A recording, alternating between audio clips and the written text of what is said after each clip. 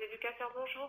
Oui, bonjour, je me présente, j'ai appelé tout à l'heure, on est le 13 juillet 2017, j'ai appelé mais la dame m'a raccroché parce que elle m'a dit que comment dirais-je, ça a été clôturé les visites, alors que vous ne m'avez jamais averti.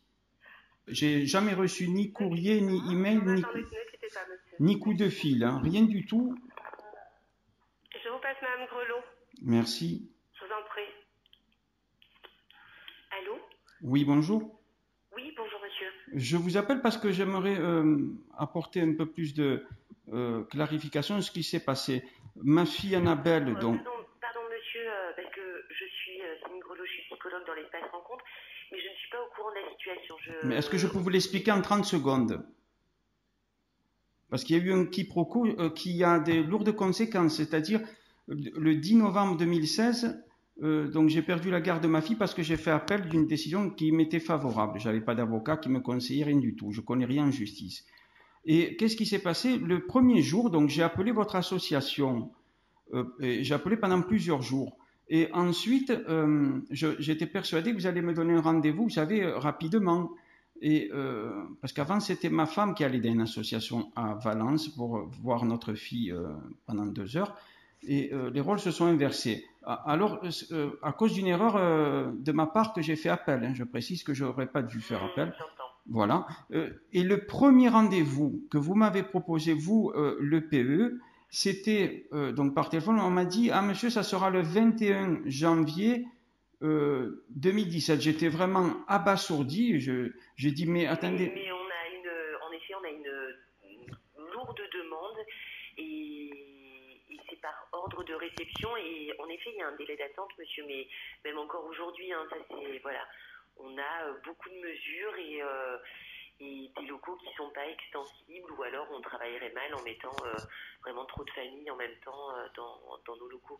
Je comprends, mais vous savez, le quiproquo important, et Madame Astier donc m'a mal compris, vous au moins vous écoutez parler. Vous voyez, Madame Astier ne m'écoutait pas parler, elle m'a raccroché au nez tout à l'heure pour vous dire, à 9 heures du matin, le 13 juillet 2017, là où je vous appelle maintenant, il est 10h23. Mais ce que je veux vous dire, c'est que quand on m'a proposé cette date du 21 janvier 2017, vous savez ce que j'ai dit? J'ai dit, écoutez, j'ai demandé à mon avocat de saisir en référé Madame la juge des affaires familiales à Marseille et j'aurai une audience.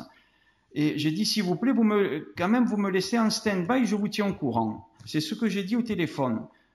Et le problème, c'est qu'il y a eu un quiproquo. Madame Astier, dans son rapport, moi je ne l'ai pas lu, mais apparemment, d'après le peu que j'ai compris, il a dit que, selon les conseils de son avocat, il ne veut pas venir voir sa fille, alors qu'aucun avocat au monde, déjà, mon avocat ne m'a pas donné de conseils sur ça, de toute façon, il ne me donne aucun conseil, hein, et aucun avocat ne dirait une chose pareille. Et vous voyez ce que je veux dire? Il y a eu un quiproquo, mais je ne veux pas être moi responsable de ce malentendu. Et donc j'aurais aimé... voilà. Et qu'est-ce qui s'est passé? Je finis. Et donc, comme je voyais que mon avocat ne saisissait toujours pas Madame la juge des affaires familiales, 2 semaines à peu près après, je rappelle, et j'étais au téléphone, tout ce que je vous dis, vous pouvez vérifier avec vos collègues, hein, j'étais au téléphone avec une dame, le 31 donc, décembre 2016 au téléphone. Et elle m'a dit, écoutez, en principe, on va vous donner un rendez-vous prévu pour le 3 février. Je crois que c'était vendredi ou samedi. Mais on va vous confirmer, on va vous rappeler. Vous êtes sûr, vous allez me rappeler? Oui. Bon, on m'a pas rappelé. J'ai rappelé, après la personne, un monsieur m'a rappelé, mais m'a pas laissé de message, m'a pas dit quoi que ce soit. Vous voyez, c'était le 2 février, je crois. Et vite, j'ai rappelé et j'ai eu une dame, elle m'a dit, il va vous rappeler. Là, il est en réunion, ce monsieur, je ne sais pas comment il s'appelle, vous savez, elle a dit son nom, j'ai pas fait attention. Il va vous rappeler. Mais il m'a pas rappelé. Bon, je comprends que vous me dites, vous êtes occupé, tout ça. Mais le problème, c'est que moi, je devais avoir un rendez-vous, une confirmation, oui ou non, est-ce que je viens le 3 le lendemain? Donc, j'ai envoyé un email. Et pour finir, voilà, merci déjà de votre patience, pour finir, ce monsieur m'a rappelé, mais le lundi, bien sûr, après coup, après la visite, donc j'ai pas pu voir. En s'excusant, je précise, il a laissé un message sur mon portable le lundi 6 février 2017, vous lui demanderez, et en disant, ben, on s'excuse, c'est maintenant qu'on vient de voir les emails, l'email, etc., on s'excuse. Et bonne journée, etc. Bon, mais moi, sous-entendu que ça veut dire qu'on va vous redonner notre rendez-vous. Donc, on ne vous a pas eu le temps de vous appeler, ne vous inquiétez pas. Et j'ai écrit le 10 mars, je voyais les jours passer, le 10 mars et le 22 mars. J'ai des emails, j'ai des preuves. Hein. Et on m'a toujours pas, vous voyez ce que et même le 25 juin, j'ai écrit, on m'écrit pas. Et là, on me dit que c'est moi qui veux. Mais moi, j'aimerais que ce quiproquo soit rectifié, s'il vous plaît. D'accord, mais vous, est-ce que vous êtes passé au tribunal entre-temps? Est-ce que vous avez saisi le juge? Ah ben écoutez, merci pour cette question. C'est une question pertinente, ce que vous me dites. Tous les jours, oui, est-ce que je vais avoir une audience, etc.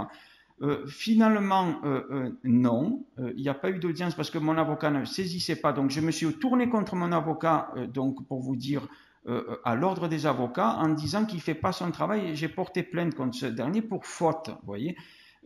Par exemple, pour vous donner une idée, le 18 mai 2017, j'ai été jugé, c'est-à-dire, je ne sais pas comment ça s'appelle, mais il y a eu une audience à Marseille. Je n'ai jamais été averti ni par le TGI de Marseille, ni par courrier, ni par email, ni par téléphone, et ni par un avocat, parce que justement, j'avais pas d'avocat. J'ai demandé, j'ai moins 30 ou 40 fax qui prouvent que j'ai demandé un avocat en urgence à l'ordre des avocats. Je les ai presque embêtés parce que je leur envoyais souvent des fax. Ils m'ont dit oui, mais ça sert à rien, ça va pas avancer les choses plus vite. Mais au moins, écoutez, j'ai essayé moi. Et vous voyez, je veux pas, ma fille, je l'élève, je veux pas qu'on me voit, ah mais c'est un homme, ah oui, mais c'est normal qu'il n'a pas la garde. Non, non, non. Je suis un parent qui s'occupe de ma fille depuis qu'elle est née. J'ai fait l'immense erreur, oui, de faire appel. J'ai fait appel. C'est pas à moi qu'on va remettre en question le fait que, bien sûr, un père ou une mère, ça n'a rien à voir. Ah, merci de le dire, ça fait tellement plaisir ce que j'entends là. Je vous dis parce que il semblerait que, moi je vous dis, hein, vous pouvez utiliser mes propos et que ça se retourne contre moi si j'exagère ou je mentirais. Mais dans tout ce que je vous ai dit, aucune exagération, aucun mensonge. J'ai une cousine, vous allez me dire ça n'a rien à voir, elle n'a pas un poste clé, mais elle travaille donc à la Cour européenne des droits de l'homme. Et pendant qu'elle était en vacances en Suède, elle m'avait appelé quand elle a appris que ma fille n'était plus avec moi. Vous savez ce qu'elle m'a dit? En France, malheureusement, je cite ses propos, ils donnent la garde à la femme. Et elle travaille, elle voit ce qui se passe. Donc, vous voyez, on n'est pas la justice quand même. Je trouve que c'est ce qu'elle m'a dit, ça m'a fait peur. Vous me dites le contraire, ben écoutez, ça équilibre les choses, j'allais dire.